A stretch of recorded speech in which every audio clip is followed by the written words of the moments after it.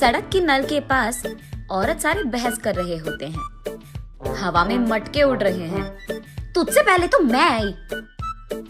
आहा, तुझसे पहले मैं आई। अरे रुको तुम, चूल्हे पे दाल पक रहा है, एक मटका पानी तो लेने दो। अरे तुम रुको, वहाँ झूले में मेरा बेटा रो रहा है। अरे निकलो, तुम्हारी कहानियाँ। चूल्हे पे दाल पक रहा है तो मैं क्या करूँ, और झूले में बच्चा रो रहा है तो मैं क्या करूँ। ऐसे उन दोनों औरतों को बगल में धकेलकर तीसरी औरत नल के पास आकर उसका मटका भर देती है। इतने में वही बगल में आमने सामने घरों में रहने वाले मंदाकिनी और मंगतायरू उनके अपने अपने मटके लेकर वहाँ आते हैं। एक दूसरे को देखते ही वो दोनों गुस्से से लाल हो जाते हैं। मंगतायरू और मंदाकिनी दोनों सास बहू हैं और दोनों एक ही घर में रहते थे।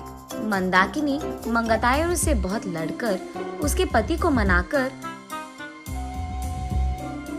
अपनी सास के घर से बाहर आ जाती है। दोनों का अतीत उनके सामने आता है। एक मटका पानी लाने के लिए इतना नाटक करती थी। जब भी कुछ काम बोलूं, यहाँ दुख रहा है, वहाँ दुख रहा है कहती थी। और अब देखो, मेम साहब सुबह ही उठकर मटका में पानी भरने नल के पास आ रही है। सुबह उठते ही सारे पकवान को भैंस की तरह खाती रहती है, चीजों को यहाँ से वहाँ तक नहीं लगाती है। लेकिन अब देखो, भैंस चल के आ रही है मटके पानी के लिए। ऐसे एक दूसरे को कोसते हुए वो दोनों नल के पास आते हैं। सबसे पहले मंगतायरू पानी के लिए उसकी मटका नल के नीचे लगाती है। लो, आ गई भैंस। आते ही अपना मटका लगा दिया इसने नल के नीचे, जैसे इसका बाप का जागिर हो। ऐसे उसका मजाक उड़ाकर मंगतायरू की मटके को एक जोर का झटका देती है। बस मटका ऊपर उड़कर नीचे गिरता है। बाप रे, कितनी घमंडी है ये। मेरे ही बेटे के पैसे खाते हुए मुझे भैंस कह रही है, और ऊपर से मेरे ही लटके को लात मारा तुमने।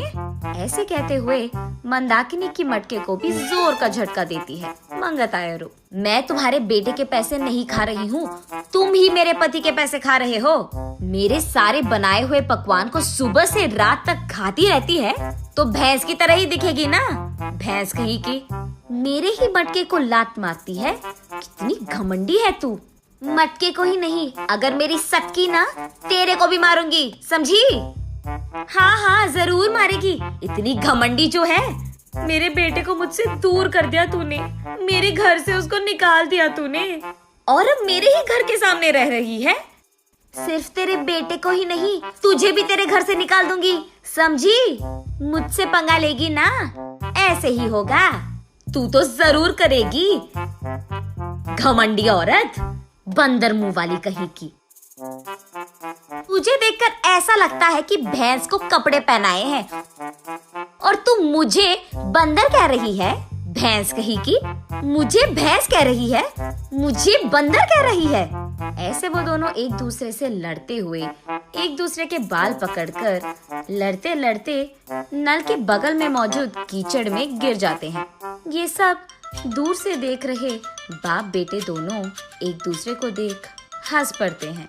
मंदाकिनी घर में सारा काम करते हुए रहती थी। उसे देख मंगतायरू, क्यों बहू, लगता है कि नल में ना पानी खत्म हो जाएगा, जाकर 2 मटके ले आ बेटी।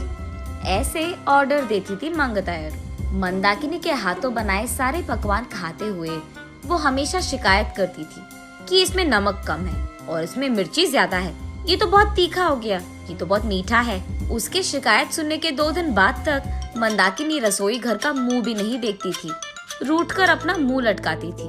तब चुपचाप मंगतायरू को ही सारे काम करना पड़ जाता था। जब मंदाकिनी सारा घर को साफ करके 2 मिनट लेट जाती थी, तब मंगतायरू, घर के सामने रंगोली कौन डालेगा, तेरा बाप। ऐसे वो दोनों हमेशा बहस करते हुए लड़ते थे।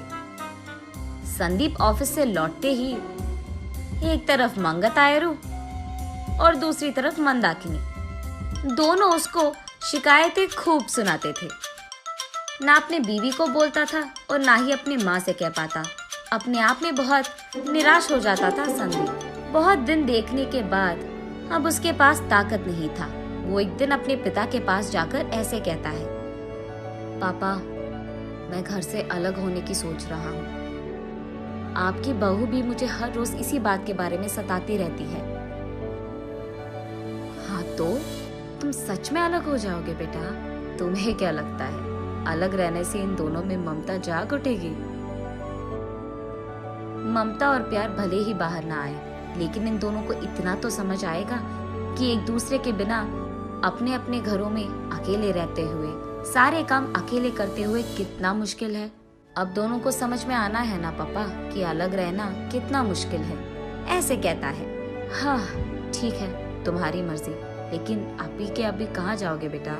मैं कहाँ जाऊंगा, हमारे घर के एकदम सामने जो घर है उसमें किराए पे रहूंगा। ऐसे बाप बेटे दोनों ऐसी योजना बनाते हैं जिनसे सास बहू अनजान है।